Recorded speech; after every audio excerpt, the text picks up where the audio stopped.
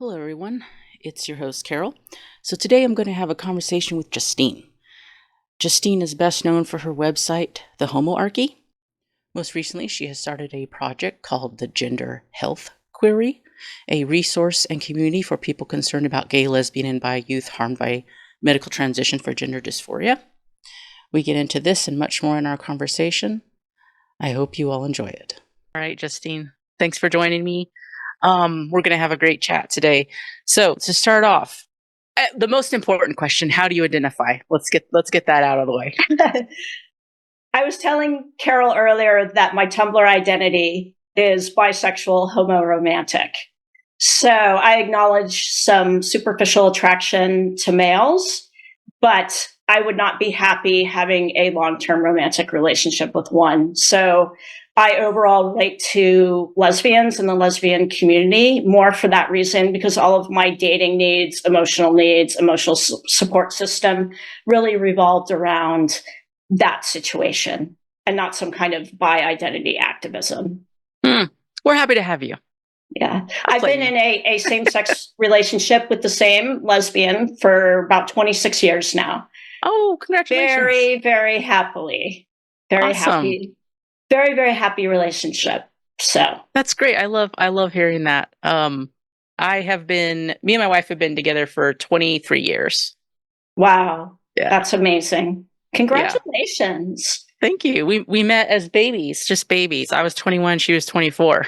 Wow. That's incredible. Congratulations, because lesbians have high breakup rates, which I'm sure you're probably aware of this. Why do you think that is? Well, my story into LGBT human rights activism begins in about 2015, where I was not particularly particularly knowledgeable about what was going on in queer scenes, quote unquote, LGBTQ discourse and identity politics. And I just wanted to start a relationship blog about same-sex relationships between women. I had been reading that lesbians have high dissolution rates in civil partnerships, which was around more at that time in 2015. And so I wanted to delve into why that is. And I put up a video called Lesbian Relationships Are the Most Unstable Why. And it's on YouTube if anybody wants to watch it. Yeah. There are multiple reasons. And I don't know if you want to go into that. I think it's interesting. Would you like me to list what I think they are? Yes. I am very curious, because we have discussed this many times. Yes. In lesbian circles. So gay men actually have higher rates of staying together, of keeping their marriages together, than lesbians do, which is also interesting, given that gay men are considered players or more just more into promiscuity and all of that. So the reasons there's a multitude of reasons. I think the first and foremost reason is that and this is very interesting to me, in heterosexual relationships, 2/3 of the time, it is the woman who asks for the divorce. Now, you can point to maybe higher rates of cheating among men as to why that might be, and I think that might be some of it, but a fair number of women cheat as well. So I would guess that women have higher relationship expectations versus men. So they might want more out of the relationship. They may be less willing to tolerate a mediocre relationship and just move on. And we know that single older men don't do that well, and single older women tend to do pretty much just fine as long as they have a friend circle. So there's a different psychology there, maybe relating to relationships. So now you have two women who appear to be less tolerant of an unsatisfying relationship. So I think that is something most people probably don't realize, but might be some of what is going on. There's also the situation that we get together very quickly. We tend to. I didn't do that. I dated my partner for 2 years. I insisted on 2 years before we moved in together because we couldn't get married at that time. So the whole U-Haul thing is true. That happens a lot. We did it. There is the minority stress issue because culture and a culturally supportive environment does help keep people together. So if you look at interracial couples, intercultural couples, interreligious couples, they are also more likely to get divorced. There may be socioeconomic factors and other stressors. African Americans are more likely to divorce than couples from other races. So we're not the only demographic that has higher rates of divorce, which I like to point out to right-wing Christians who hate us and hate the fact that we can get married, because it's not just us that has this issue. There are other populations that do. Yeah. So yeah, and there's a multitude of reasons why different groups would have different rates too. Like you just pointed out, economic, minority stress, culture, religion. Culture, yeah. Are your parents supportive? Are your sisters and brothers supportive? Do you have a supportive community that cares whether or not you stay together, right? All of that. I also wonder if there is a higher incidence of of like mental illness and mental health issues among homosexuals. And I wonder if that, because if you're having some mental health issues, your relationship is having issues too. Like it's just, I think we should maybe delve into that topic even more, but let me just say one more thing about my list, because then there's also, I have to bring up lesbian bed death, right? Because it's talked about a lot. Yeah. And I think that if you have a male in the relationship, they're going to keep that pressure on to keep that aspect of the relationship going. And if you're two women in a relationship and things aren't going well, and then you're not having sex, I think it's just easier to dissolve the relationship and just walk away. I think that probably is true. Some of what is called lesbian bed death is actually what I call lesbian once in a while, which is not the same thing. It's very important to recognize that. So if some women, have sex once every 2 months or whatever it is, they still have a sexual connection. So I don't think there should be all this pressure, to count how many times you're having sex a month or something like that.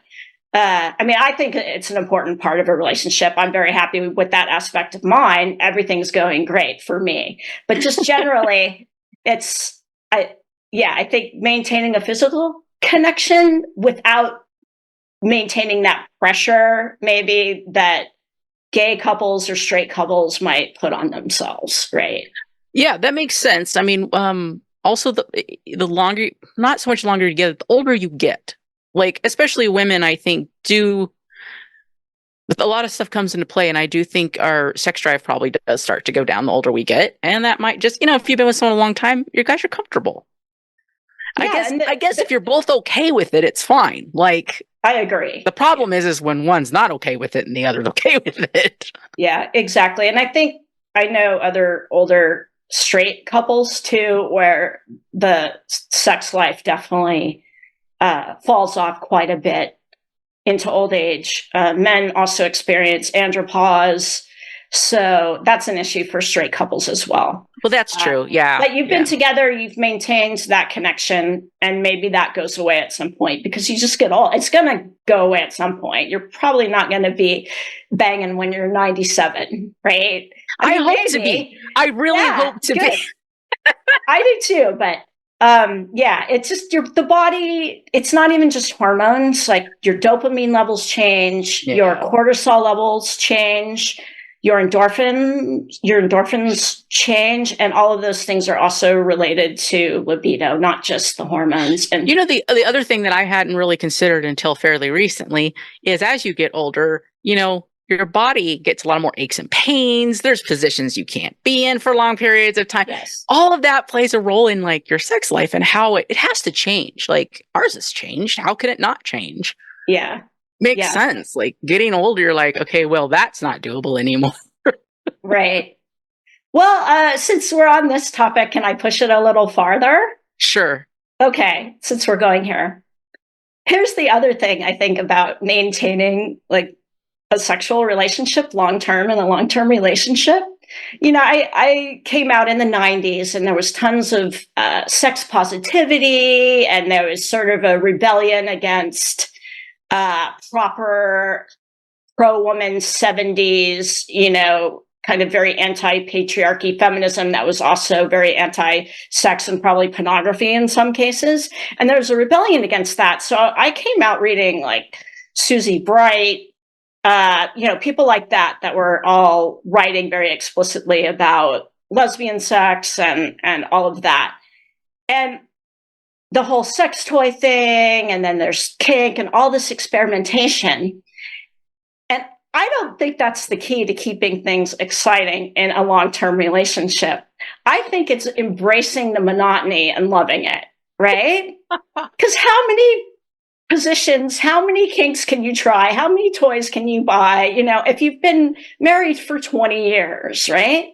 So there's a certain level of comfort in being with the same person, knowing what works for them, and just totally embracing that, which I think is awesome. So instead of having these certain, like, whatever those expectations are, to embrace the known, the repetition or whatever. Well, I'm enjoying it, right? I personally don't mind repetition.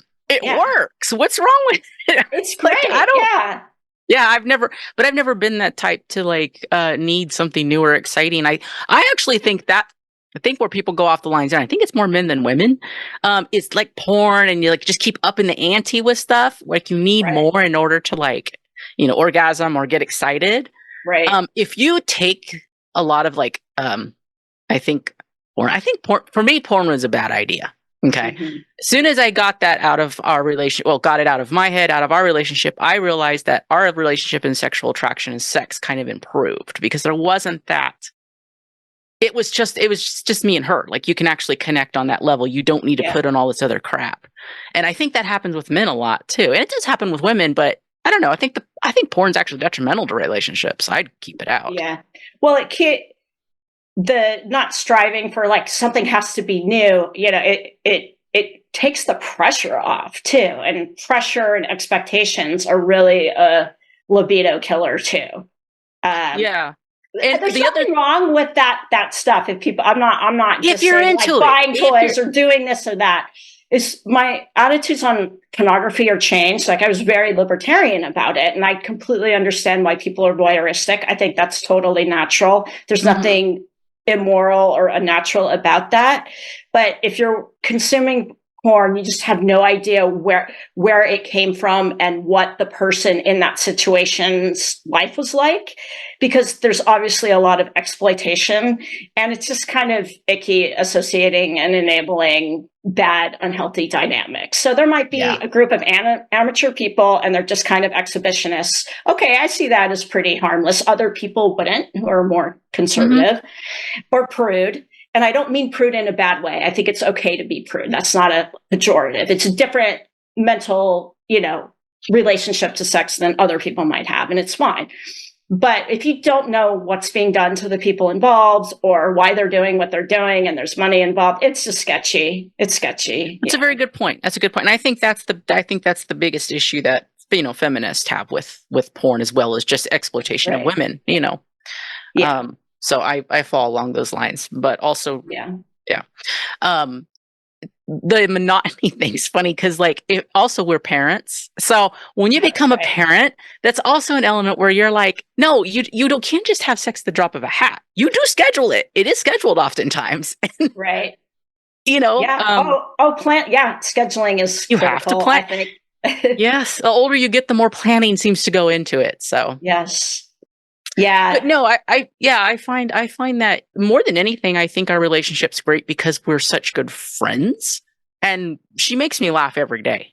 Yeah. Like even bad days, there's at least one time she'll crack me up, and I do the same. Well, I love that we're talking about our happy relationships. It's so great. See, I didn't expect that to go. Any, young lesbians or bisexual women that want female partners, just know that happiness is possible. Oh, absolutely. And it's wonderful. I love being in a same-sex relationship. I really, really enjoy it. I'm not any kind of political bisexual or feminist bisexual that wants to be with women because of the patriarchy. Like that whole discourse is very much a turnoff to me. I just really enjoy women. I love female camaraderie, and I just really enjoy being with a female partner. it's a fun adventure. And I really love it. I really love it. And the thing is, kids, relationships do take work. They do take work. Sometimes you really have to work at them, and that's okay. Oh, we wound up in couples counseling at one point. So yeah, it's not been all roses and sunshine. Yeah. Oh, there's absolutely. been some really tough years there. But if you're able to make through it, if you're both able to, take care of your own shit and your guys' shit together, you come out the other side real nice. Yeah. I think loyalty. I value loyalty, and my partner values loyalty. And she had to put up with a lot for me.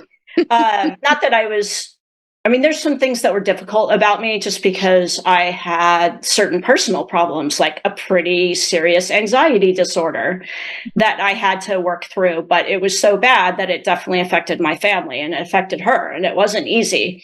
And I got through that, and I'm thriving, but that wasn't an easy time. And I'm kind of ADD and very in my own world to the point that it comes off as narcissistic. So I was kind of neglectful, earlier in our relationship. But yeah, we went to counseling, and my spouse likes to recount this fondly with our therapist, who looked at my spouse, who is very highly functional, highly logical, highly emotionally stable, very common sense person, type A, productive, hard worker. And the therapist had to look at her and say, you need to lower your expectations.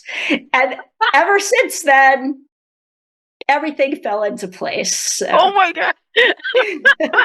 Thanks to my loving, flexible, wonderful partner.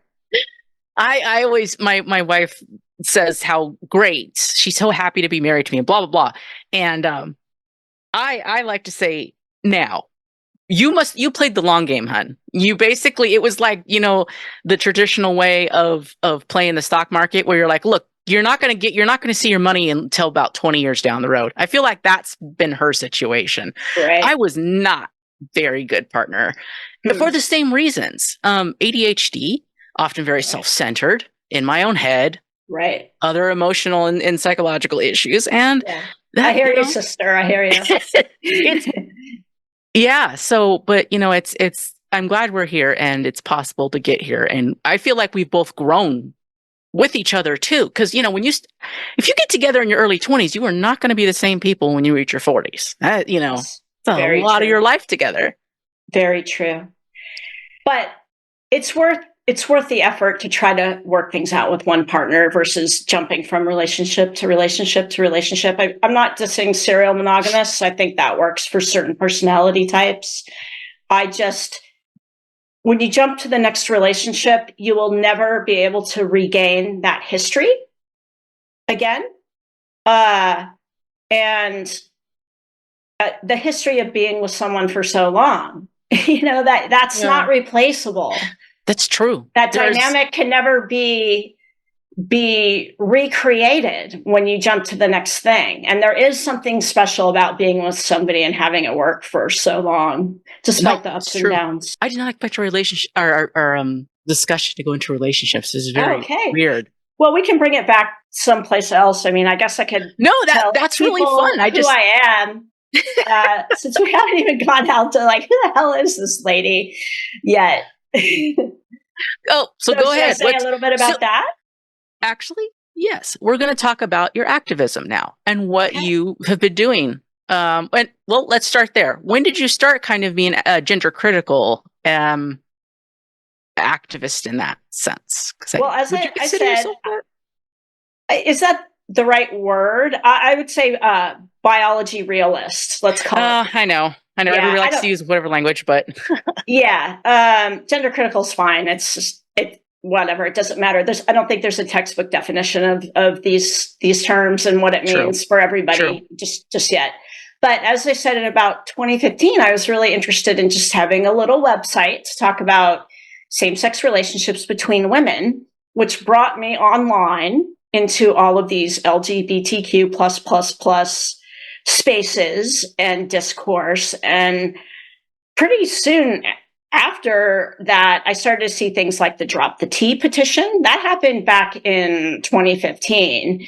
There was a gay man that started a Drop the T petition. So the idea that gay LGBT people have not been talking about this forever, we have, obviously, way before Matt Walsh came to this discussion. Well, right? I was going to say, even when the T was added, there was a lot of folks that were like, why are we doing this? Well, there were women in the 70s or 80s. Yeah. I don't know. Was Janice Raymond?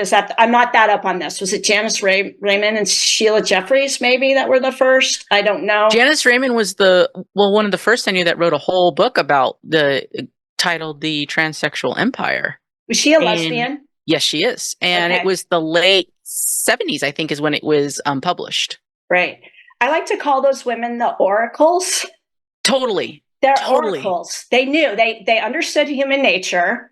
They could see this for what it was immediately. They predicted all of these problems, and they just fell into line right away. So there is definitely, even though I'm not particularly necessarily a lot of lesbian feminist or whatever they identified as, you have to give them credit for diagnosing the situation immediately, because I was all about, let's add the T. Everybody should be together. Everyone should push liberation. And I didn't know that this was going to be bad. I had no idea. It took some time for me to shift over from being very pro trans activism and including everybody and being supportive of everybody's identity to now thinking that trans activism has been an incredibly destructive force, particularly to LGBT people.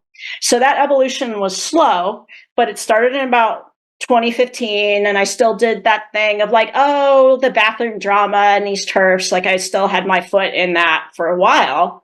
Mm-hmm. And as you know, if you watch this on a daily basis, it's one insane thing after another, after another, after another, after another. And I just tried to give it the benefit of the doubt because I wanted to come at all of these arguments between gay people and trans medicalists and all the stuff that was going on. I wanted to give the movement itself the benefit of the doubt, and even the idea of medicalizing minors the benefit of the doubt. And I tried to approach it from a very moderate position. So I've gone from a moderate centrist type of personality to saying that we all need to clearly state what is going on now is very, very bad. And it's based on a bad agenda, a bad way of looking at the world. And I probably don't have anything good to say about it. There are other ways to deal with gender nonconformity. Anyway, I did a little speech there. Sorry, but I'll just wrap it up. I started a medical watchdog organization in 2019. It's called Gender Health Query. It's now under the original website that I started, the Homoarchy, and it's a 501c3. I plan to have a hopefully funded, gay and lesbian rights focused organization at some point. I am not at that point of funding stuff, but I want to put some resources aside. I want to reach out to other wealthy gay men and lesbians and just be we need an organization to fight our old organizations. And because I think that that's quite clear, they become pathological and they're harming us and our cause. And we can see that in declining support for gay marriage and LGBTQ activism. Even in Canada, probably the most woke country in the world, which concern all of us. I always like to go back to what changed your mind, because you were supportive initially. What was kind of a moment where you're hang on a minute. Was there a moment where you're this don't sit right? Well, one of my early blog posts after lesbian relationships are the most unstable why was called Cis Women Need to Be Able to Talk About Their Vaginas. Okay. That was the second one. And it was based on these crazy stories of college girls putting on these events on their colleges that were supposed to be female positive and address women's body positivity. And they had cute little vulva cupcakes. I mean, that's adorbs, right? Wait. Do you remember what year this was? Because I remember this story. 2015, I think, maybe 16 at the latest, right? Yeah. Yeah. There was not one incident, but there were two. There was one, I believe, in either Australia or New Zealand, and the other might have happened in California. So these like innocent college girls that want to get, other college girls to talk about their bodies and be comfortable with their bodies and make adorbs little vulva cupcakes had screechy, insane, abusive, trans-identified males accusing them of committing violence upon trans women, of being trans misogynists, even sending them threats.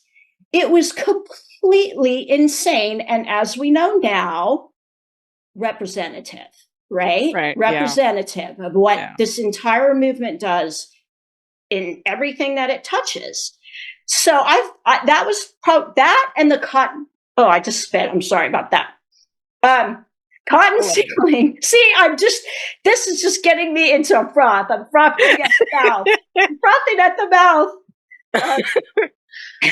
You're rabid. No. I'm rabid now because I'm going to talk about the cotton sealing, which makes me even more insane.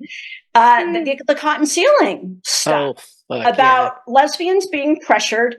There were some teenagers on Tumblr who are saying we get inundated with rape and death threats for saying we don't want to have sex with males. These are 16-year-old lesbians. And I was so outraged that no LGBT organization is addressing this. And then there was evidence that not only were they not addressing it, they were punishing women for trying to talk about it. And the example that I would give is there's some lesbian in some New England town who'd probably been an activist forever for gay and lesbian rights activism at some center in some town, posted something on Facebook about the cotton sealing. And then again, just like with the oppressive, misogynistic, violent vulva cupcakes, it was a complete and total insane, like exorcist head spinning meltdown over this. They called, inundated the center with complaints. They vandalized the building, and the center apologized for the fact this lesbian had done this post. This is clearly insane. Yeah. People have clearly lost their minds. So that was the second thing. But also right around that time, 2015, in the Drop the T petition that a gay man started, and I'm not sure what his real name is, but all the things they listed in that petition were pretty much on point, even though they got tons of hell for creating this petition. They talked about women's spaces. They talked about the abusiveness of the activist movement in that petition. And they talked about medicalizing children. So they hit the women's issue. They hit the child issue. They hit the extremist issue and the damage to gay and lesbian people issue. Like they called it all right then. And as we've seen, all these predictions have only reinforced those concerns. But I was concerned about the pediatric transition issue, but I was very affected by, oh my gosh, they really might commit suicide. That's an incredibly powerful message. And they have brainwashed our entire young generation with that messaging. It's a very powerful message, and we can blame the medical establishment and the psychology profession and other mental health related fields for that. They have been doing that. Activists are always going to be crazy. They've legitimized that messaging, and now everybody's brainwashed, and it's very, very powerful. It's captured. That's Democrats. A good point. Yeah. Activists will always be a group of people gets together. They want something. They may want something really crazy, but it is up to the adults in the room, the professionals, to go, is this ethical? Is this logical? Is this scientific? Right. Should we be doing this? We've all been exposed to just how many medical scandals and mental health scandals there's been. You've seen it. We all read about it. It comes across our Twitter feeds. I researched it for Gender Health Query. Other people have talked about it, that the medical profession and the mental health profession are very prone to fads. And these people who are prone to these fads have taken over these institutions with this particular fad. And it's history repeating itself. But anyway, I was very skeptical. Like I try to be a rationalist. So I actually listened to hours and hours of video presentations. I discovered Fourth Wave Now. I read about, because the mothers, the parents and other people that would guest post on that website were very concerned about LGBT youth in particular. So I read that website. The personal accounts were reinforcing all of the arguments as to why, yes, we should be concerned about this. The video presentations seem very weird of the people who are pushing this. Mm-hmm. And at one point, I reached out to Christina Olson, who is the head of the Trans Youth Project, and Diane Ehrensaft via email. Oh, and this is early. This is like 2015 or 2016, pretty early. Well, you were before your time almost. Yeah, you were on it. Around that time, I did a blog post called "Do Youth Transgender Diagnoses or Gender Dysphoria Diagnoses Risk LGBT Youth?" Right, something like that. And I had drawn in all the studies and everything. I was like, I think there's good reason to be concerned. So I had a very sort of rational approach, but with a clear agenda of wanting to protect pre-gay and lesbian kids, right? That was my main agenda. But I'm not going to lie about research or spin certain things. Like, I want to know what the research said. Yeah. I've spent hours reading all this material. I have gone to gender conferences. I went to a gender conference. It was a completely cult-like environment. I found that when I emailed like Christina Olson and Diane Ehrensaft, that their reactions were bizarrely apathetic about the level of damage this could do. And I'm not going to go into like personal emails because I don't necessarily circulate email conversations I have, but it doesn't matter because it's the exact same way they are in public. There is no way to be sure of how all this affirmation is going to affect the kids that used to outgrow gender dysphoria. And they are completely full of it when they tell you that trans kids who say they're trans are trans. They have zero evidence of that.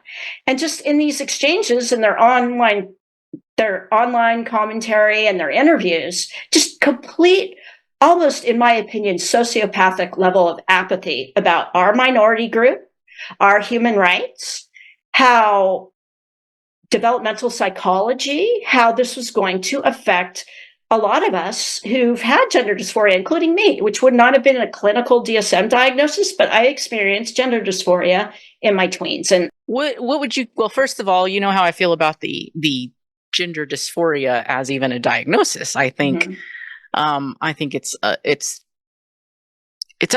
not helpful. It's misleading, and it covers up the truth of things because it just is a blanket statement. And it's so easy to be diagnosed with gender dysphoria. It's just like, oh, you don't like your body? Boom, there you go, gender dysphoria. It's not really asking the questions underneath why, what's causing it. It's like it's the whole idea of they come up with the trans person, right? If you say people are trans, you automatically cut anything off of questioning, what is the best care for people who are exhibiting these symptoms. Right. Yeah, I've heard people and who don't like the term gender dysphoria. I understand where they're coming from. However, I recently had an interview that will be out pretty soon, so I won't really go into it too much. But the woman I interviewed in there had such great insights about diagnoses, how they work. Doesn't matter. Basically, her thing is, doesn't matter if it's real or not. It's real to the person. So then you have to approach it from that aspect. And that makes sense, regardless if you can say gender dysphoria is real or not, someone is feeling discomfort. It is real to them. How you label it doesn't matter. It's how you treat it.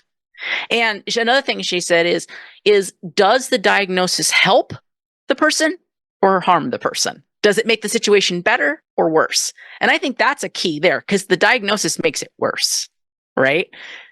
Right. It's not helpful. Like I had a diagnosis of gender dysphoria. That did not make anything that happened in my life after that point better. Right. Made it worse. I also got a diagnosis of ADHD in my mid-30s. That actually made it better because I could understand the way my brain worked. I also could get help in school. And so that diagnosis was helpful. Yeah, I understand the problems too with taking it away from gender identity disorder into gender dysphoria as a diagnostic definition. I still think the term gender dysphoria is useful because that's as not a DSM diagnosis for me. I think that does explain pretty well what I experienced between the ages of probably 12 and my 15th birthday. But I would say that I wanted to be. Yeah. But discomfort. I wanted to be a boy. I was very depressed. I wasn't a boy. I felt very empty and sad every time I thought about the fact that I had not been born a boy. So I would say calling that gender dysphoria is an accurate descriptor. Yes. However, it's also a super normal experience for women, for girls who grow up in a society where they value males more than females. Yes. And also it's a very legitimate experience for same-sex attracted women and, well, men too, to like have moments where you're just like, this would be so much easier if I was the opposite sex or I was straight. Like, you know. Right. Yeah. And I was pretty aware of being same-sex attracted at that time, but being a tomboy, you know, a lesbian leaning tomboy, I think that it makes a lot more sense. I was in a state where I was both mesmerized by male beauty and men and male power, because I was very into Greek art and myths and Bible stories and art. My parents were into art. I was exposed to a lot of Renaissance art and all that sort of subdued eroticism and all that, the Catholic paintings and all of that stuff. I was like fascinated by that. And I was fascinated by male power. So and beauty too. Mm-hmm. And then I just started learning more about sex because I was a tween, and that my libido started to kick in. And when I just started to get into all of my parents' books and all of that, just to read and understand more about sex, I just started to get exposed to ideas that it was pretty obvious to me that sex was more consequential for women, that men kind of controlled the show, that they tended to dominate younger women and want younger women, and then Sigmund Freud. And it really messed me up, like mentally. Like I didn't really have penis envy until I heard about penis envy. But, you know, having been relating to men and males and like the strength and power of like the Greek myths and the gods and the beautiful Michelangelo sculptures and like loving that stuff, and then hearing about penis envy, all of a sudden I had penis envy. It really messed me up. Like, this is why I don't want all this weird stuff in schools, because you don't exactly know how people are going to be affected by sexual books. It actually really, especially in the tween years, like certain messaging can mess you up. And I talked about this before on a different podcast, just about how much that messaging messed me up. And there's no reason for me to have penis envy. There's no reason. No logical reason for me to want to be a boy. My parents were loving and supportive. I never grew up with messaging that I was less than a boy. And I had a very healthy sense of having crushes and being interested in sex and being curious and liking boys at the time. I didn't start to really fall for women until about age 21. But I was engaged. Like, the energy was there. All of the desire was there. All the curiosity was there, just as much as any 14-year-old boy. And yet here I was spiraling down into a major depression and loss of self-worth and female inferiority complex, just based on these like certain messages that I got at the time. It's a really weird time, and we need to be extremely careful with young people and how the very, in my opinion, twisted ways we're exposing to things to them now. Well, see, that goes back to the whole, is the diagnosis helpful? Is the label helpful? Sometimes it's like, you know what? Yes, I had what you could categorize as gender dysphoria years before I heard about trans and heard about gender dysphoria, but hearing about trans then solidified this kind of helplessness and belief that I was just born wrong, different, and that medicalization was going to fix it. Right. You know, had I never heard about that, probably would have just eventually got through it. Or you have to, right? There's no... that so social contagion is very real. Social contagion works for everybody. Very, very real phenomenon. Now, Absolutely. I was just 21 when I heard about when lesbians in my community started to come out as trans men, as transgender in 2001. Did you hear about it way back then, or was it a very more recent thing for you? It was a much more recent thing for me, and very upsetting when I started to see it. So I came out, I was older when I actually started to go to LGBT groups. I realized I was same-sex attracted probably around age 22, probably somewhere near my 22nd birthday. And then it was like all hell broke loose. It's like all I could think about. And I wasn't stressed about it at first until I realized I'm pretty sure I prefer women, and now I'm going to have to tell my parents, and this is going to be my life. So that's when I started to get lonely and isolated. I read the 8 things that were in the library at University of Colorado. I would just go, that's all there was. There's like 8 things about lesbians, and I went and read all of them for like 2 years, over and over, because that's all I really had. I was just too shy to come out. But I graduated a little bit later in college because I'd moved around and got residency in Colorado, blah, blah, blah. So I was probably about maybe 23, 24 by the time I got to the support group at school, the, LGBT student union. There was no trans except for 2 guys who were trying to get into our women's group. I didn't think anything of it at the time. But one of my friends was like side-eyeing that, like, no, like, we're in here, we might want to talk about our bodies, and no, like, she was just straight up no. And the very, very sweet young gay man, like, just a doll, just nice person, really wanted to be inclusive. And it just goes to show how empathy can be weaponized and become really self-destructive. And we have self-destructed over what initially started as empathy. So all of these guys like Ben Shapiro and Matt Walsh that just thinks, oh, gay people are all horrible, boundary pushing people.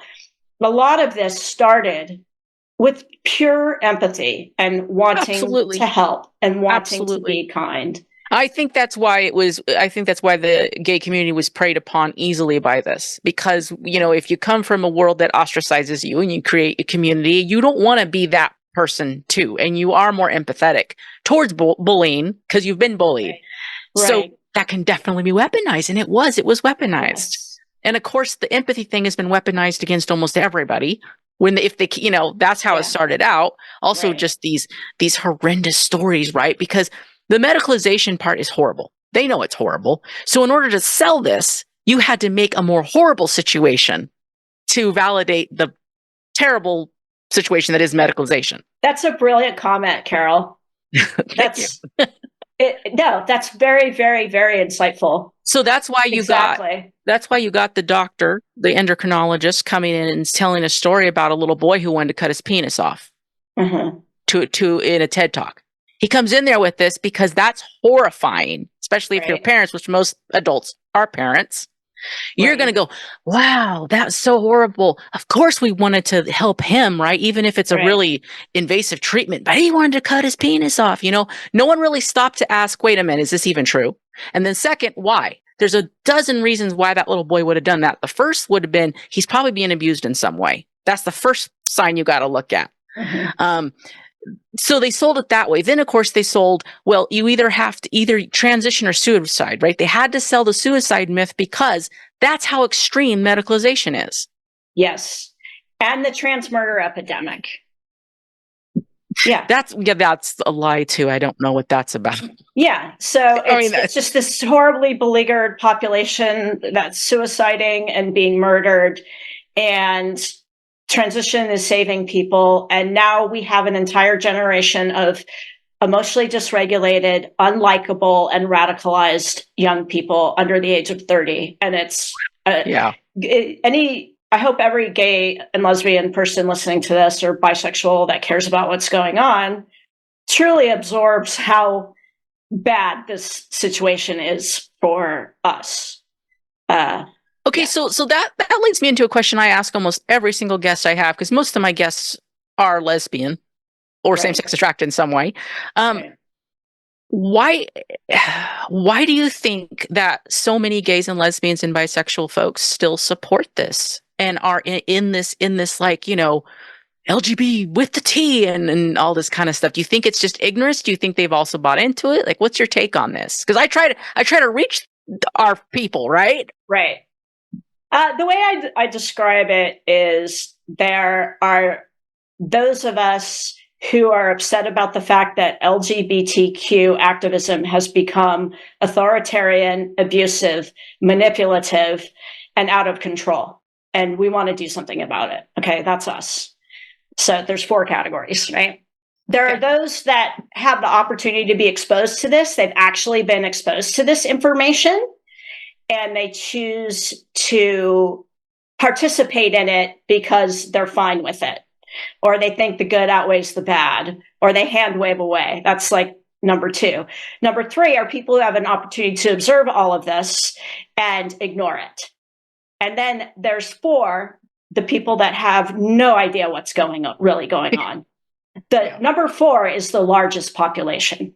You think? Right? Yeah. So a lot of the people that we're interacting with are people in these LGBTQ organizations and media, or they're highly brainwashed young people. So they're kind of in category 2. Most of us really don't know what's going on. And even the younger ones who believe all of this is great can't fully be blamed with just how manipulated they are, being exposed to only one kind of very powerful emotion button pushing rhetoric, right? Yeah. Yeah. Now, there's a lot of people I'm very angry at. I think the people at the very top of my list are lesbians who are going along with this, and we know who they are. And I don't know what to say about them. It wouldn't be pretty and probably not appropriate for YouTube. But why does the lesbians make you so mad?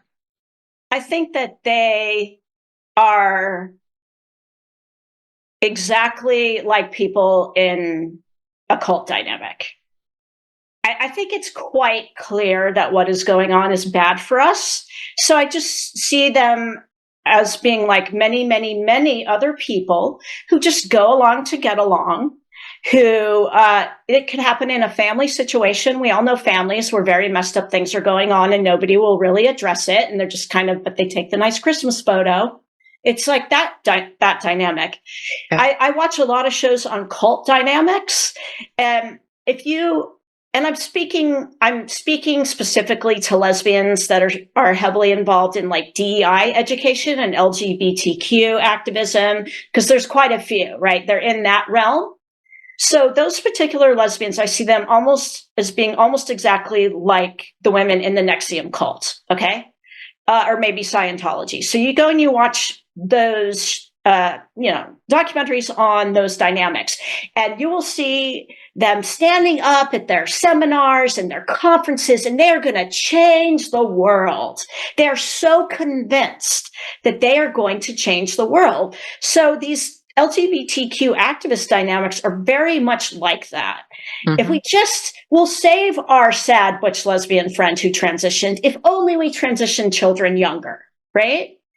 We'll save them from all these mental health problems. I feel like I'm hearing bad things, but I'm going to push it away because of my blue queer bubble or my LGBT soirees or the moms I know who are transing their kids. I don't want to rock the boat. And we know that most people are just kind of like that.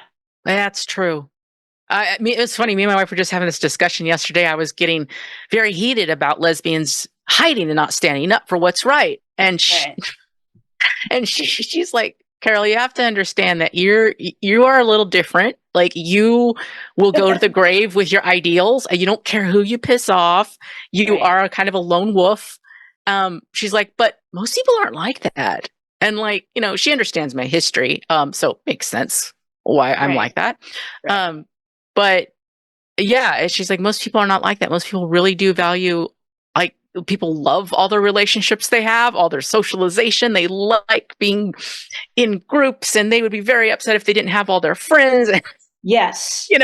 And I'm over here like I have maybe like one good friend, and I'm so happy with that. That's fine for me. Yeah, I'm like that too. I've had pretty good luck with my friends. I haven't lost any close friendships. I have lost one friendship, but anyway, that's another story. But I do have a very strong sense of justice too. I always have been that way. Right. If I see something isn't right, oh boy, that mm-hmm. I'm not gonna back down. But when you go to lesbians and you tell them that this is what's going on now is inevitably going to castrate pre-gay boys. And their attitude is like talk to the hand. Oh, that's what wakes me up in the morning. That's what gets me up in the morning. I'm very, very angry at those people. And one of the reasons why I'm so angry at the gay men and lesbians who are going along with this is that they're often very dishonest. Like they will misquote things they'll circulate narratives that are not true. They are prevaricators, so they intentionally don't talk about things so they can continue to bray on about all the anti-LGBTQ legislation and all the anti-LGBTQ hate and how it's always an onslaught. And they'll repeat all of these narratives when what they should really say is, butchering a few autistic and gay kids is worth it to me.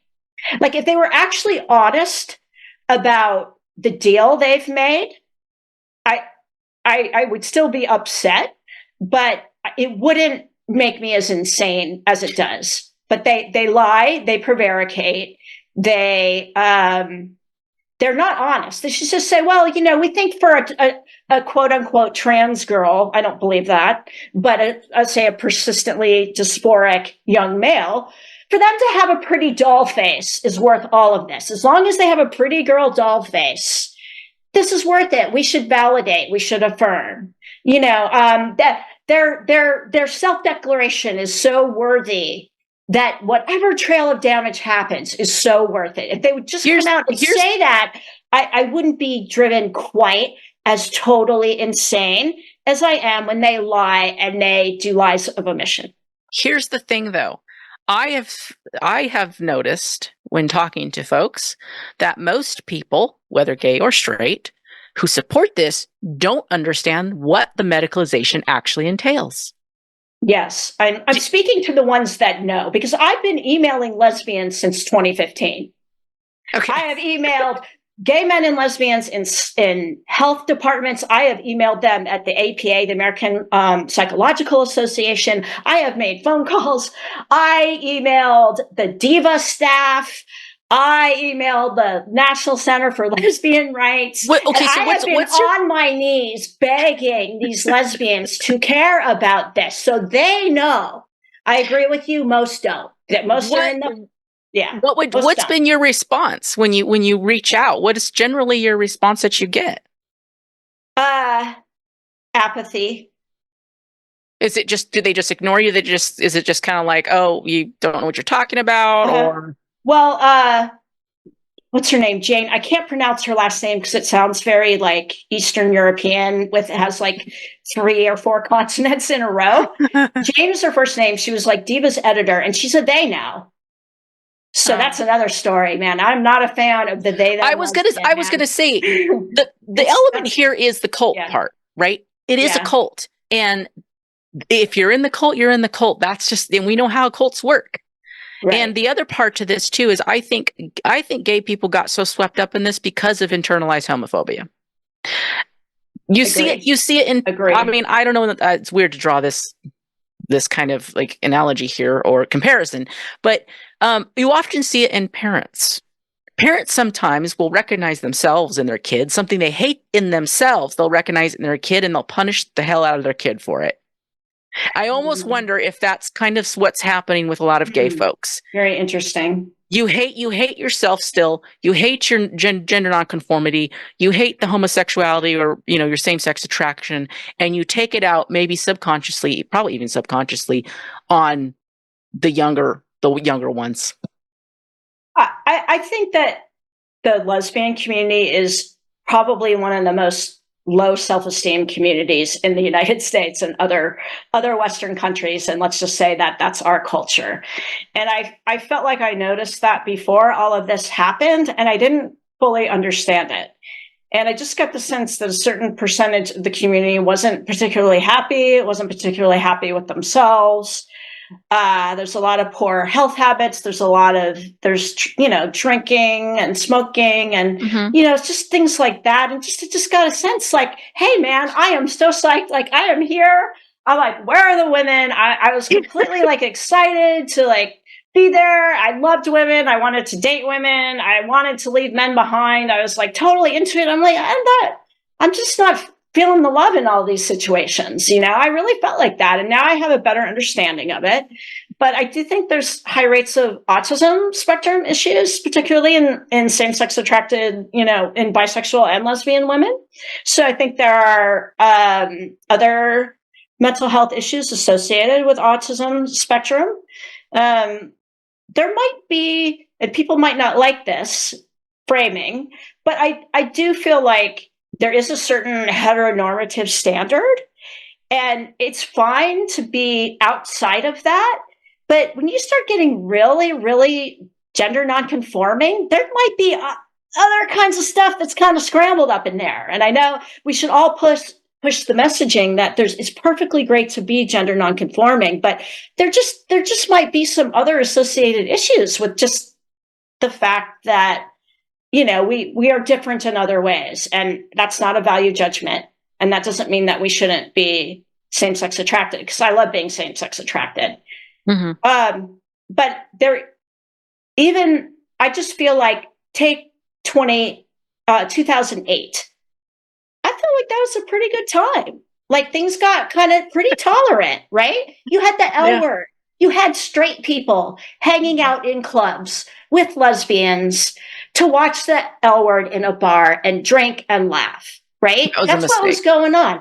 Well, the straight part might have been a mistake, but I'm just saying, yeah, well, you had this, it was like maybe kind of cool to be a lesbian, even though maybe the representation isn't perfect or whatever.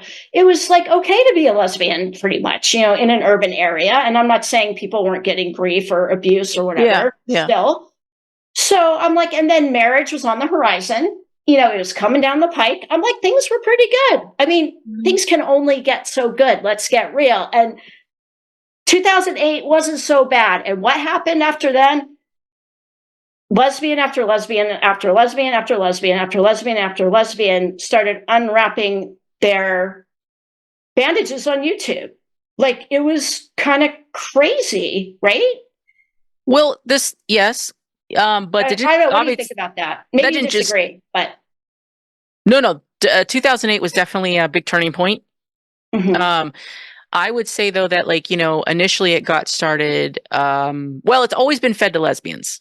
I don't know if you follow or read any of Unyielding Bicyclist's work, but she's amazing. Yes. Shout out to Bicycle if you are out there. Your essays are some of my favorite. I don't know who you are, but she's awesome. She's awesome. Yes. But a lot of her kind of research into the past has been really kind of eye-opening even for me, because I felt, okay, so having lived through a lot of what is being talked about now, I felt like I knew it was there. I remember it, but then you come along and people go, nothing was happening until 2015 or 2008. Right. Like, wait a minute, I'm in California. I was not in San Francisco, but I don't live far from San Francisco. And if you're in California, the crossover between big cities and gay culture is big, especially San Francisco. Everybody's coming back and forth, right? Cross-pollination. The trans stuff jumped off in San Francisco very early. Right. All the way back in the 80s. It was already starting to get all the way back in the 80s. There's lesbians I've actually interviewed who've talked about women-only clubs, bathhouses being closed by the women who own them because men were already coming in there and wanting a space at the table. Right.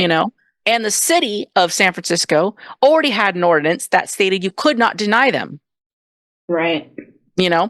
Wow, 80s, huh? So you have that, right? Then comes along, I would say it really kicked off in the late 90s to early 2000s, I would say would be the first big wave of transition. And it hit it started in San Francisco, it hit San Francisco hard, and as all the butch women suddenly just, boom, just exploded transidentification, having the surgeries. Because that's when I first heard about it too, was 2001. Right.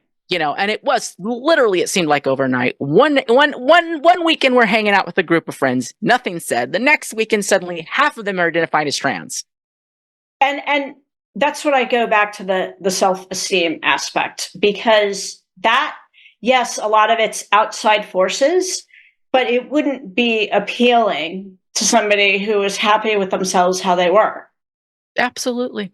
Absolutely. And why And, do you and think it's affected butch women so much? I I We get can't the I most can't shit. We have the worst self-esteem, I think. yeah.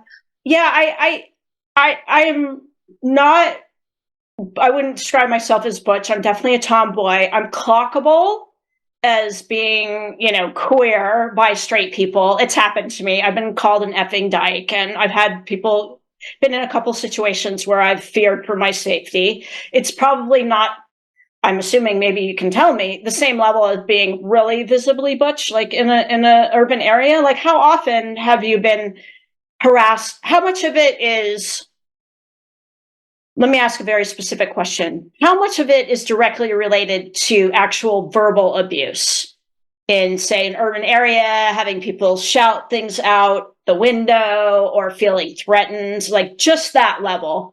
How much has that happened to you? And did that factor into your desire to transition? That happened to me actually a lot when I first Okay. came out Huh. in the late 90s, early 2000s. Yeah.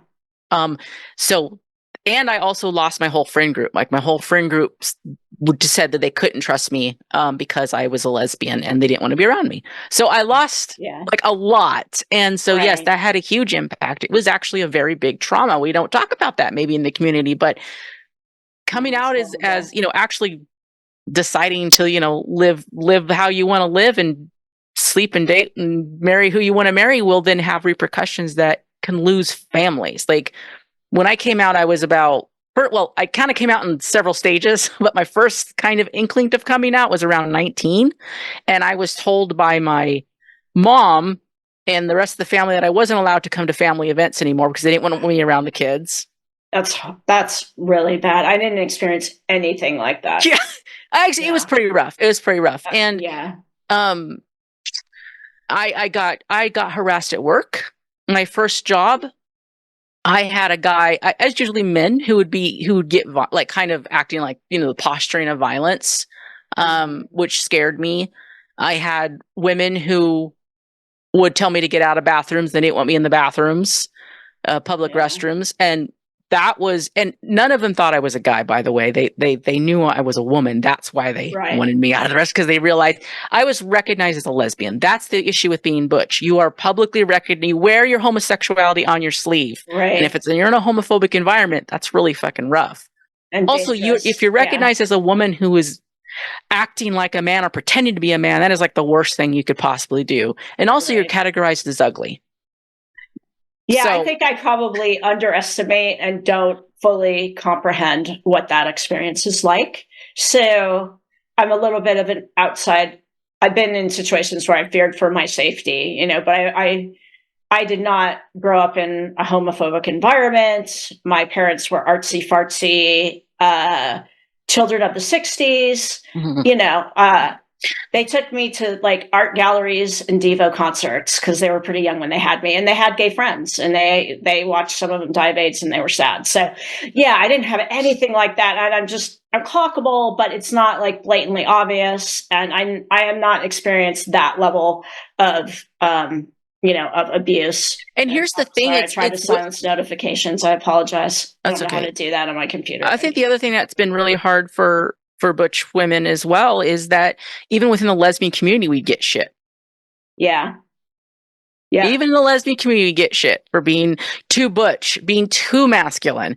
There's a Right. line, like when I came out, and I think it's been this way for years in the lesbian community, Mm-hmm. androgyny rules. I would Yeah. say your look is definitely more acceptable than my look. I would have long hair too, but I like an end stage user heroin addict when I try and grow out my hair. I have a major flipping problem. I would prefer longer hair. So yeah, I look more androgynous just because I have to But keep my hair short. Otherwise I look like a Alzheimer's nursing home patient. so my wife is femme, Right. and she's always liked butch women. That's been her thing. Right. She got shit too. She'd get shit all the time. For being with you or for just being a lesbian? No, in the lesbian community for being femme. They would ask her, "Are you sure you're a lesbian? Are you really a lesbian?" Because she was feminine. I hate that stuff so much. Then she would get shit because she was into butch women.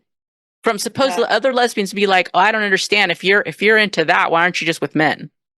I don't understand why people would have a problem with butch femme relationships. I think that's just completely idiotic. I never understood that. I always thought it was dumb. I'm not a feminist ideologue. There's nothing wrong with wanting to fall into certain roles that make people happy. There's like zero wrong with that, in my opinion. But I think the big thing, you know what, now that I'm thinking about this, I think the big takeaway for butch lesbians is the fact that our womanhood is constantly being questioned. mm-hmm. Constantly. That's tough. That's really tough. For example, now I will say things have improved. 20 years ago, I could not go to certain parts of my town. Right. Wow. I can now. I can go anywhere, and I rarely get a side eye. I just don't. It's much better. However, just the last time I was at the dentist, the little hygienist in there, mind you, she's young. She should be hipping with it. Right. She starts talking to me about her cousin who acts like a guy too. Oh, she said that?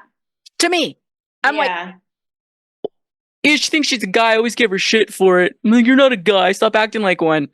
Right. Here we are. Still. So that's the kind of shit that, it's like death by 1,000 little cuts. Eventually you just can't fucking do it anymore. And I think that's why they transition. Yeah. I all of that would absolutely have an effect on somebody's psyche. So, yes. Okay. Do you think there's any women that just relate more to men and they're like, I just want to be a guy? Is that a thing? I think that, well, I've known lots of butch lesbians that tend to gravitate, have male friends and tend to like be in those places and spaces and seem to have more, they like that. They just say they like men better. Here's the thing though, I don't think it's good for them. They may like it, but it ain't good for them because they're still having to perform some kind of bullshit patriarchal nonsense that is detrimental to them. And it's also still denying them their womanhood. Yeah, no, I would agree with that. It's a false, you're having to construct a false reality. You're not fucking one of the guys, honey. Yeah. When you basically is my response. Yeah. But this is kind of getting into the weeds and maybe there'd be tension here. I don't know what you would think, but I'm just going to be honest. I'm going to let it all hang out there. Okay. I'm pretty angry at these lesbians who've transitioned and what they've done to lesbian organizations. Mm-hmm. If there is a woman being sexually assaulted in a prison, it's probably a quote unquote trans man that was, highly likely to be behind that. I will use Shannon Minter as an example. I know who the names of these people are, right? And what they've done. And it's not just the autogynephile activists. The particularly cohort of lesbians specifically, not the sort of newer, whatever the straight women are thinking doing this, but the lesbians who've transitioned have been quite destructive for women's rights and very destructive in the push to medicalize children. Absolutely. So sometimes I feel like I'm not looking at you like you're a victim of the patriarchy. I think you are it. Like, that's how I feel about them. And I wonder, hormones do matter. Like I am a tomboy. I'm pretty sure that I don't know what exactly was going on in my mom's uterus, but there's things that happen to me in my development that make me more masculine than the average woman. Right. And I just feel like, is it possible for that to, can you be an extremely feminine man or an extremely masculine woman and actually really take on those personas? So is there any biological basis to this sort of almost male chauvinism or, that can come with some, not all, just some of the FTEMs who've transitioned? Is that offensive the way I put that? No, I don't think anything is offensive. You can talk about anything. Yeah. I don't like that when people. I just started to see them as like my oppressor. Here's the same way I see men as my oppressor. Like this is the way, and I get these. That's totally legit. Coming from? Yeah. Oh, absolutely. I mean, me and my wife have had very hard discussions along these lines, and this is what I've come to kind of see. I am both victim and perpetrator at the same time. I was both victim of abuse, patriarchy, homophobia, but then I participated in it as well. Right. And that is hard for people to wrap their heads around. It's hard to come to terms with, but I think it's honest. It's honest to say, I hurt people because I was hurt.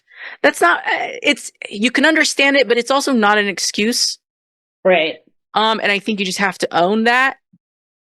And I think that is what's happening here. These women, yes, they are victims, but then they become abusers. And that's an unfortunate thing that happens. And how do you deal with that? I don't know. Do you think there's anything to, like, and this is more of a biological argument, because I think one way that I'm different from some feminists is that I do believe in determinism. I do think there's quite a bit of how we are that is based on our biology and not just social environment. Both are important, but I might emphasize biology maybe a little bit more than some other people. So is there something to maybe the high rates of autism in transition and maybe a lack of theory of mind of other people, which might explain why some of these F to Ms seem to have total disregard for the effects of what they're doing on, say, girl children in schools or vulnerable abused women in prisons? Is there, like, what is going on with them? Okay, that they are so apathetic. Like, are they so obsessed with their next testosterone shot that they just can't think of how this is harming anybody else? Like, what is it? Can you there's several things clarify here for me? Because I want to understand. So I think there's several things happening here. One is it's you got in a position of power. If you pass as male in your stealth, you've in the position of power. Now that you're in the position of power, you must validate that. It's about validating yourself as a male. And in order to do that, you have to prop up this false system that says that men can be women. So you prop that up. And you also have to prop up the born this way. Okay. Because you have to validate that for yourself. Yes. So the born this way then goes into transitioning children because I was really a trans child. So you're validating yourself again. Basically, this is self-harm, and you're validating your self-harm by throwing a lot of other people under the bus. I can't forgive them. I mean, this isn't just affecting them. This is actually driving down support. I know, but this is the gay rights movement that's literally making things more unsafe, in my opinion, for my spouse and I, when we have to go over to places where there are a lot of skinheads on the border of Washington and Idaho. You know, when I have to go visit people, like, because people see all this crazy stuff, they're becoming very aware of how crazy this activism is. And I guess I feel like that hurts so much to me. It hurts. The other part to this is our culture in America, especially, is very much about independence. It's about the individual. We are not a very collective society. We are an individualistic society. Right. And so you have to understand that this also comes out of a cultural experience. And then in the last 50 years, I would say, we've even become more of this self-centered kind of narcissistic bunch of fucking people, you know?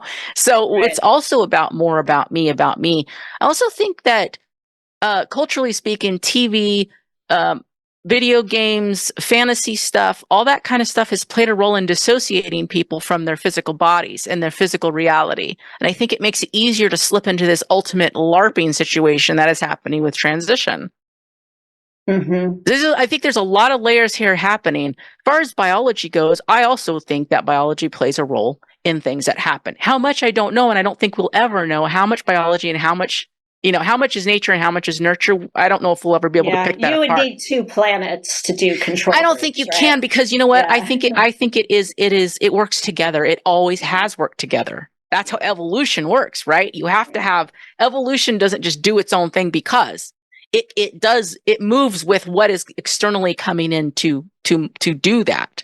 So it makes sense that, you're never going to pull apart what's happening outside versus inside. Yeah. But yes, I think that there is a real dissociation with how you as an individual impact others.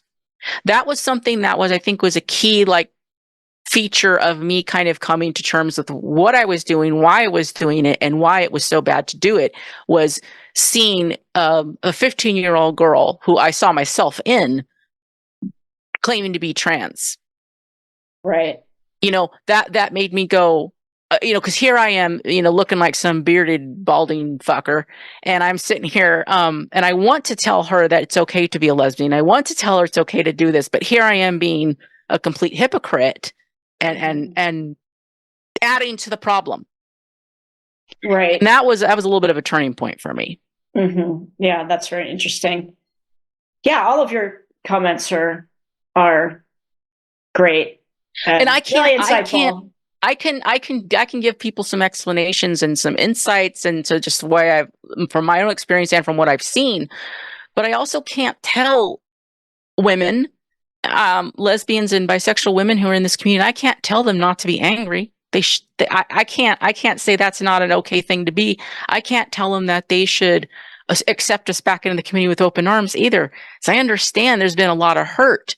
I don't know what the answer is, but I think you have to be at least acknowledge the reality of the situation. Right. I think it's very important to create a welcoming situation for women who want to get out of this. Definitely. Yeah. But you said you can't forgive them. No, I can't forgive. I mean the ones that are never gonna have any interest in detransitioning. That's what I mean. Yeah. I'm talking about the Evan Urquharts. I'm talking about Shannon Minter. I'm talking about Stephen Whittle. I'm talking about, I think Jake Payne, I don't know, I assume is same-sex attracted, maybe not, but through Ken Zucker under the bus. There's quite a bit of, Jamie Dodger, right? You know what it's like? The influencers who are never going to detransition, like that's what I'm talking about. I don't have that much sympathy for them anymore. I think detransition, that's different. I mean, people should always, unless you've murdered somebody, I think there should mostly be forgiveness for growth or change. And I'm also not going to judge people that just go and medicalize and are not impacting other people. It's when they impact other people with I don't think it's destabilizing activism. No, I disagree. Yeah, it is impossible to transition and not impact others. It is absolutely impossible. Right. What are you going to do? Are you going to move to another place and live on an island? Right. The only way you could transition and not impact your community and your family is if you move to a different country and no one knows you and you don't have any contact. Fine, great, knock yourself out. But every time you do this, you do impact people. Right. Yes. If nothing else, I understand that because, I don't want to cut you off. Finish. Also, not only are you impacting other people with your actions, but you are then also implementing a lie. I have a real problem with lying, and I think that's another reason why transition didn't work for me. Is it's a fundamental lie, and then you are fundamentally going around lying, and then you are, at least in the places you're lying on your records, you're changing your driver's license and your social security and all that kind of stuff. So then you're lying to everybody else. You're bringing everybody else into your lie, and you want everybody else to lie for you. That's kind of big. That's a big ask. Right. You can understand why people do extreme things. I think anybody who's ever had mental health issues knows that. Right. But you can also understand that the things that we often do that might make us feel better in the moment, or we think is going to help us, end up not helping us and not being a good thing to do. And also keep in mind that when you're mentally unwell, you don't make good decisions. People seem to forget that part. You make real bad decisions. Yes. So that's another element to the whole transition thing. It's like you're just taking mentally ill people's word for something. Like that is unethical to do as a mental health profession and as the medical profession. I want you to talk about this project that you tell me about the sorry, I forgot the name of it. So Gender Health Query. Gender Health Query. Okay. Yeah, and it's on the Homoarchy website. And I want to turn the Homoarchy website into like a gay and lesbian site eventually, like in the future. But tell me about the project. Did you just write it, or did you have multiple people? Yeah. So Gender Health Query, we have a board and an advisory board. It's LGBT people, except for like one person. who's a health professional. And that has 17 topics. There's quite a bit of information. It's really hard to keep up with all the new studies. Like I had all of the studies on there up until 2019, 2020, 2021, and there's so much more. You just can't do it. Yeah. But what we can say is we were right. We thought this was going to hurt LGBT youth. We were right. We thought the medical damage could be quite severe. We were right. We questioned the suicide narrative. We were right. We predicted this is going to drive down support for gay and lesbian people by attaching to this. We were right. So we were right. You know, our concerns have been validated. And our recent project is protesting radical gender activism in schools. And I can speak to that. And so you did you write up something to kind of that someone could give to schools or give to a teacher or something that could combat? Why, yes. Okay. Yes, we have. So I worked on this with concerned parents. There's a few health professionals that participated in this process as well.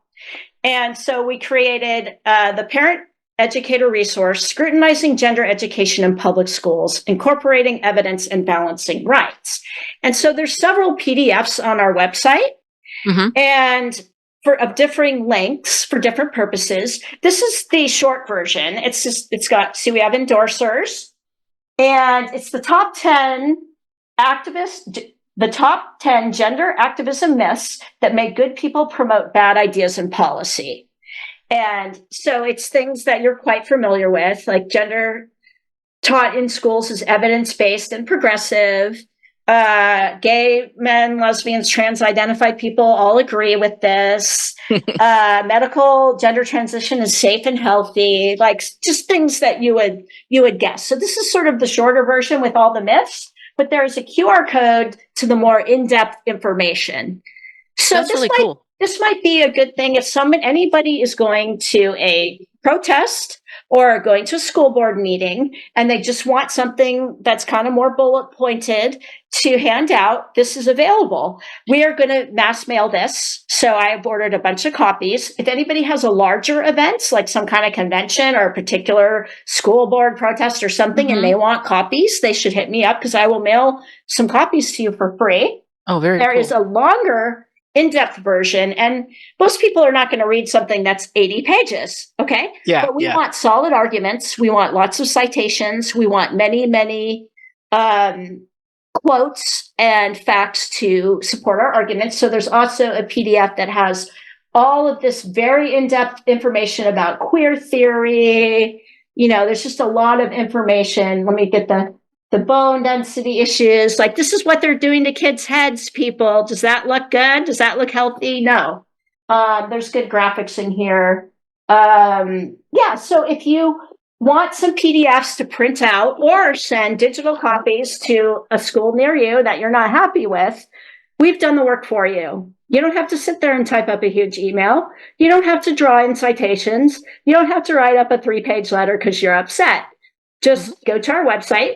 Hopefully you can link it, and you can maybe take one of the PDFs or the digital page version, send it to a school counselor, a principal, or a parent group who may be interested. You know what I love about this project you did is that it comes from gays and lesbians and bisexuals. It comes from same-sex attracted people, right? Yes. This is so important. We need to speak up and get out there, and we need to have our own stuff to show that we're not on board with this. There's a lot of us that are not okay with this. And so I appreciate that work. I mean, I know it's a lot of work. I appreciate the work you guys put into it and you put into it. And especially because it is going to go, I think, a long way to kind of help protect us against the backlash that will be coming. We're going to send out thousands of copies to this. There's 3 different versions. There's a 25-page version, like a 7-page version, and this long 80-page version, right? Different links for different purposes. But anyway, just links that come to the landing page. So when people Google LGBTQ schools, they'll actually get to see an alternative perspective other than what the HRC is putting out there, or the National Center for Lesbian Rights. And I hope to someday, I wanted to hit on this today, but we just kind of talked about other stuff that's interesting to me anyway. And your takes are fascinating. So I love to hear what you have to say. But I think we really need to start focusing on what do we do? How do we build new community, new organizations? I think we need to have in-person events, probably conventions, like maybe set them up during GLAAD's gala, like have our own gathering. That's kind of what GenSpec did to protest what WPATH is doing. And people might have issues with GenSpec, but it's kind of trolly in a good way of GenSpec to plan their convention right in the same city or same area that WPATH. That's kind of cool. It's provocative. I think we should do something like that with the LGBTQIA2S plus lobby. I think we need to get in their face. I know. Rattle some sabers and put some names on the list to hold accountable. No, it takes some money though, and I think we're all trying to get there, right? I think we're working on it.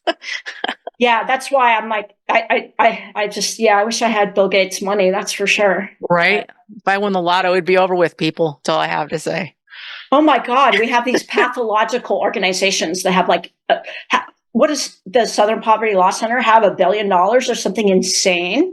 The Trevor Project. They're just so much money, millions of dollars. I think I just read today that Planned Parenthood has so much. They're so flowing in the cash lately for some reason. I don't know why. That they said they're gonna spend $40 million on the next election situation. It's I'm like ungodly how much money they have. The HRC, GLAAD, they're very, very wealthy organizations. The ACLU has $1 bazillion. They're all pushing this stuff so hard, but they cannot take our minds. What is that? They cannot take our freedom. They can push these laws. They can track these little sissy boys and tomboys into this, but they are not going to bow our heads on this. And I am committed to resisting these people representing me and you and anybody else they have no right to represent. Thank you. Thank you for coming on, talking to me, sharing your work. Everything will be in the show notes, all the links and everything. And I encourage people to support your project and to, get this stuff and give it to the schools, hand it out to people. This is important stuff. Every little bit helps. Do you have any, I always like to give my guests a final word. Do you have anything final you'd like to say before we say goodbye? Yes, it is possible to maintain a long-term lesbian relationship. It is possible to come back from even severe mental illness. And it is possible to laugh through this insane world. So let's end on a positive note. That is brilliant. Thank you so much. Thank you, Carol.